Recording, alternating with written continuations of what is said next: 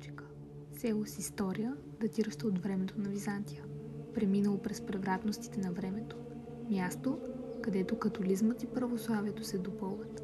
Силата и надеждата на хората от различни поколения са запазили най-стария католически храм на Балканите – църквата Света Ана.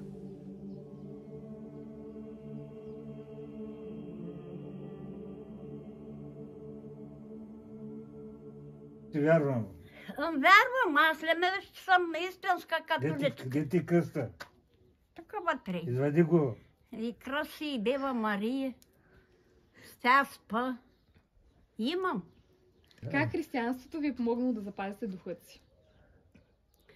Как ми е запазено християнството да запазя духът си? Защото съм вярваща. И той сме още в мене е. Докато умра, съм си вярваща с Господ. Има ли останало добро в хората, според вас? Какво да има? Добро в хората. Останало ли? Има като нашата възраст, младите не. Сега по-рано той да се знае. Църквата ни е бивала пълна по празници, пъйта и през неделния ден. Сега няма. Не искат да одат, младите не искат църква. По-рано се изнесваше, ние католиците сме правили, като се ожени някой момиче, много дрехи се твари. По-рано той знае бягта на каруца, кон. Черги, удела, калъвки, какво ли не щиш. Кой каквото обича. И се прави като колиба. Кажи как ходихте на църква? С новите дрехи? Не ме облича се, няма да идва тъй.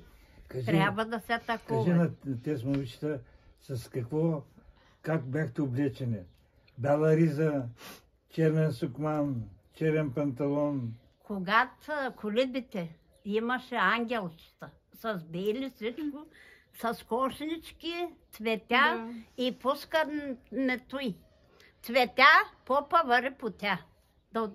Да иде до колибата. Тъй бабо.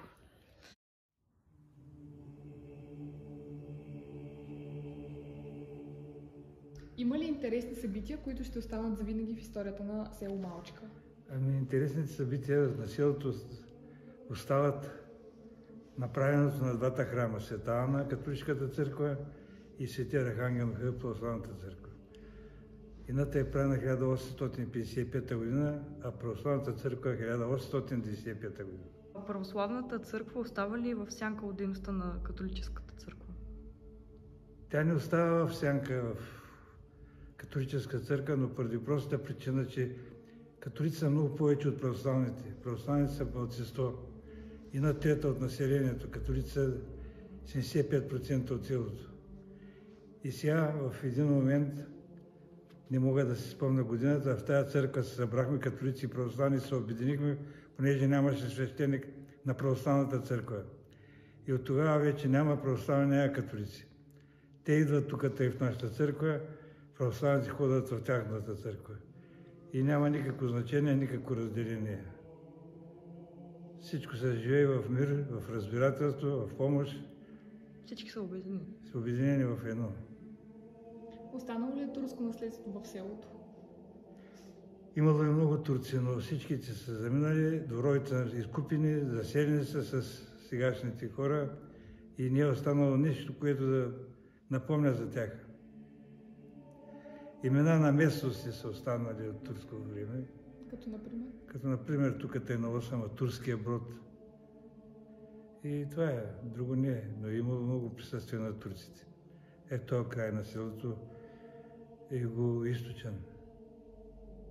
Дом паметник на Малчика, Адалберт Антонов Малчика, който е бил член на РЕМС, Комунистическа младежка организация през времето на цар Борис III. И са го хванали полицията и го осъждат на смърт.